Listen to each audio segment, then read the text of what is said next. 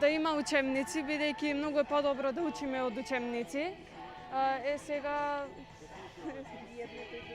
и едното и другото, да, но јас мислам дека е подобро со учебниците, бидејќи тоа е при нас и можеме да го читаме, а за дигитални учебници треба да имаме повеќе подобри услови.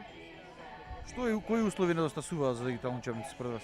Па сега кои услови, например, некои нема и доволно средства да ги има тие.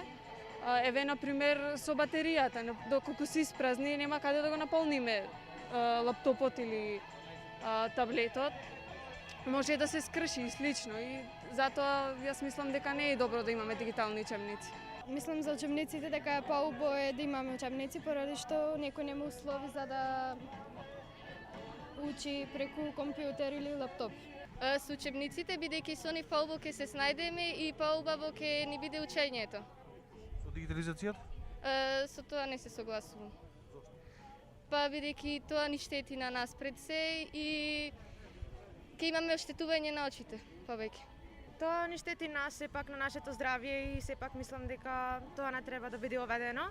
Поред мене сепак мислам дека се уште како држава не сме созреани за на тој начин да се воспостави, да речам, учењето кај учениците. Сметам дека сепак треба да се даде значење најголемо на учебниците, бидејќи сепак книгите постојат уште пред многу години, пред 5000 години, досега не го изгубиле значењето, така и треба и сега да продолжиме.